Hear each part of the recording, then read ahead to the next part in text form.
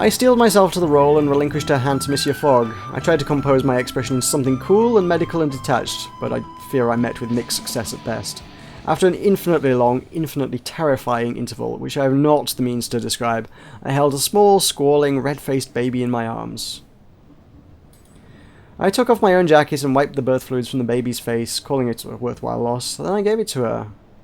It is, well, you may see for yourself, I said into the sudden hush. Captain Kalani was sweaty and wild-eyed and utterly exhausted. She held the baby to her chest as though it were an infinitely precious thing. She began to sing to her little girl, a song of whales and ocean waves and airships that hung like moons in the sky. Well, that was a diversion. That journey hasn't actually taken its toll on Monsieur Fogg at all. That's rather good. Captain Kalani's indisposition the previous day did not delay us in the least. She had a well-trained and loyal crew who seemed to have collectively adopted her little girl as one of their own. I will call her Jean, Captain Kalani told us as we tethered at San Francisco. You are excellent midwives. I was overcome and ducked my head like a boy from the countryside. The name suits her, madame, she said. She will wear it better than I have. Is Jean as in Jean? Because he's a Jean Passepartout. That is a tidbit of information that comes up surprisingly rarely in this story, but once in a while. I suppose if you read the original book, Around the World in 80 Days, maybe you would know that. I don't know that. I have not read that book. I should read that book. I was overcome and ducked my head like a boy from the countryside. Blah, blah, blah, blah. I turned towards San Francisco Bay with renewed hope. After all, whatever challenges it offered could scarcely be more taxing than those we had just overcome. 53. Yeah. Markets! What is valuable in San Francisco? Not that, not that, not that, not that. That might be helpful with the train journeys. Valuable here for 190. Alright, I came here to sell that, didn't I? It's not that valuable, but here. Valuable in Chicago, Houston, and Regina. I think we're heading around Chicago way, probably. Valuable in Acapulco, Dallas, and Orleans. I'll take that because it's cheap. Dallas, Orleans. I don't know where Dallas. Oh, Dallas is Texas, of course it is. Which is probably not where we're going. Dallas is there. That's not on the train route we're on. Burlington. Oh, departs in 3 days. I think we could negotiate that. The railway whistle should change their minds. 2,000 to go tomorrow. 570 to go in 2 days. And 400, but that gets us a lot of the way across America. Yeah.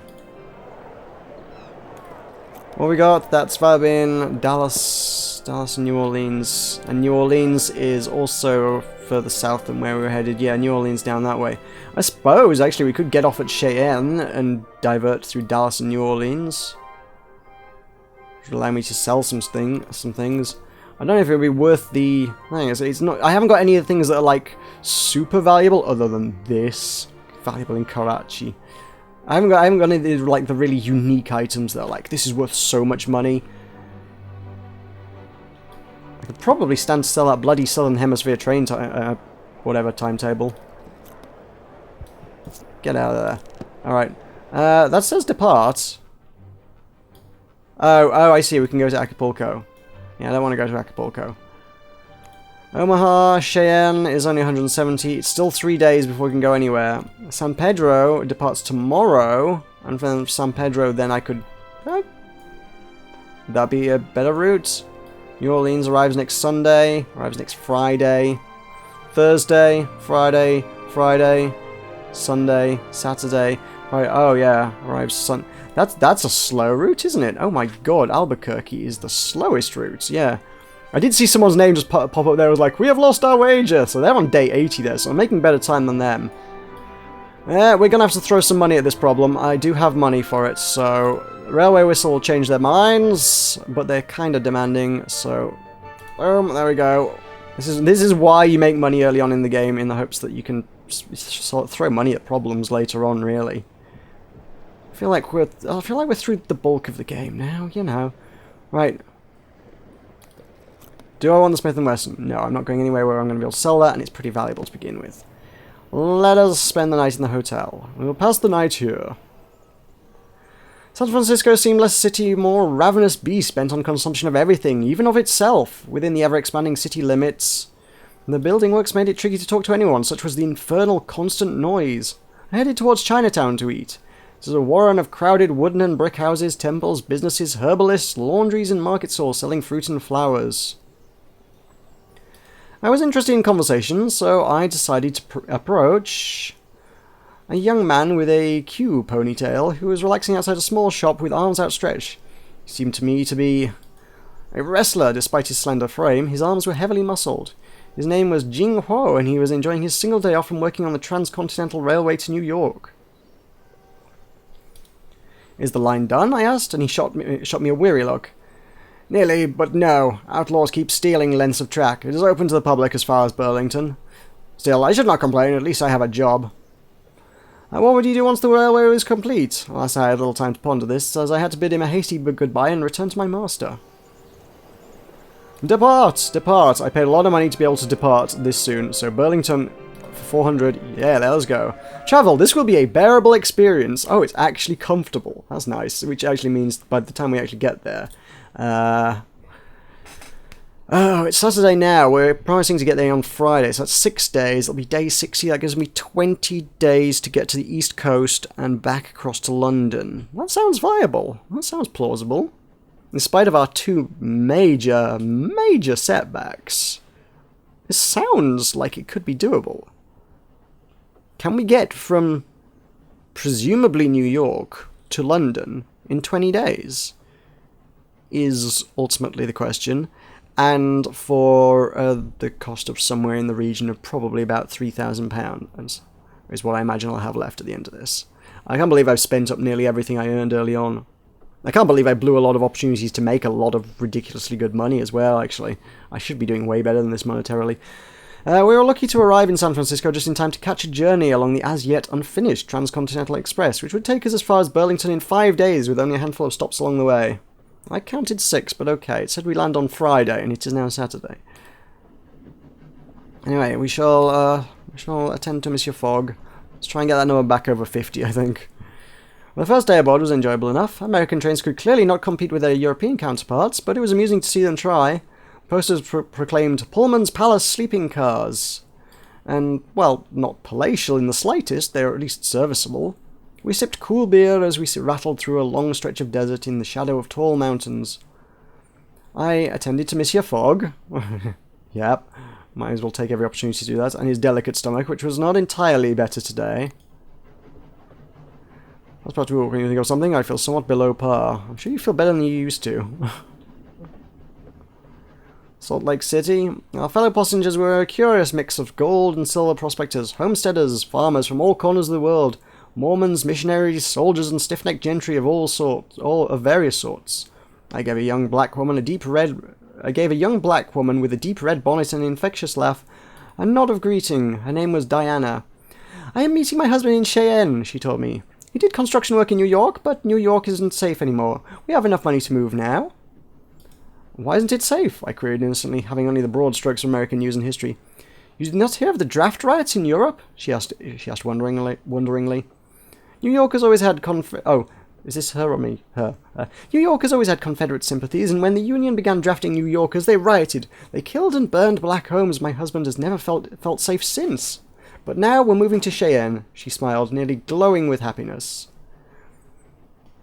Where else can one go but New York? I asked, thinking of our journey ahead. New Orleans, she replied. You can take the paddle boat down the Mississippi from Burlington, though New Orleans is dangerous in its own way. We talked a little more and the afternoon wore into the evening, and we passed by Ogden, close to Salt Lake City. We watched as passengers disembarked, glimpsing the fertile fields and well-tended ranches out of the windows of the train. Alright, so we've got a route there. Not one I want to take. As dangerous as it allegedly is in New York, I think I'll probably take my chances with it. Today a fellow with a painfully trimmed mustache and impeccable suit approached me outside the lavatory. I made way so he could pass by, but he extended a hand to me. I am Felix Granger, he said. You are a puzzle. I was utterly flummoxed. I? A puzzle? I repeated in consternation. Monsieur, I am a simple man whose past is an open book. I hope this guy's American.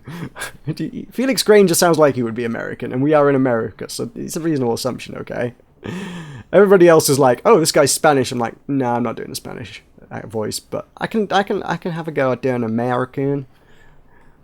Yeah, I got an American accent. You're a simple man who's passed an open book.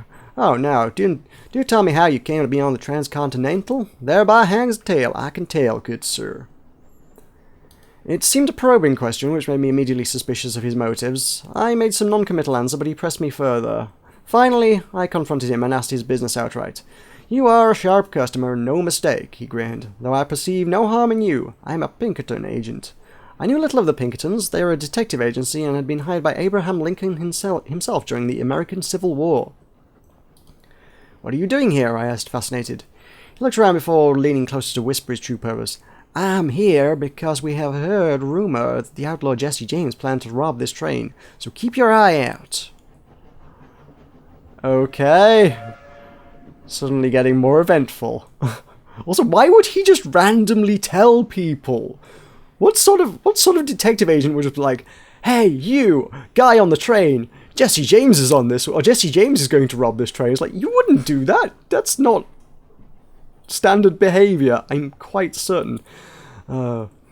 We stopped at Cheyenne, Wyoming for a few hours in the evening. The Pinkerton agent disembarked to talk with a 6-foot-tall woman who wore the latest slim train skirts and a pistol tucked into her waistband. We watched, none the wiser. At luncheon, I asked a sturdy-looking prospector, who looked out of the carriage with an expression of palpable awe. That's Esther Hobart Morris, the first woman justice of the peace in all of America, he replied fervently. Ain't she something? The Pinkerton agent boarded the train again before the last whistle blew, his face drawn and anxious. Onwards on to Omaha, I suppose. Are we not going to get held up by Jesse James, then? It seems like it. Oh, there we go, here we are. We were held up by outlaws, as the Pinkerton man had predicted.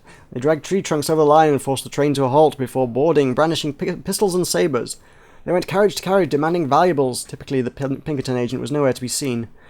I looked at my master, who had a certain glint in his eye, and I did not doubt that he wished to resist these outlaws' demands, being a man with the deepest respect for the law. The lead bandit fired his gun into the air.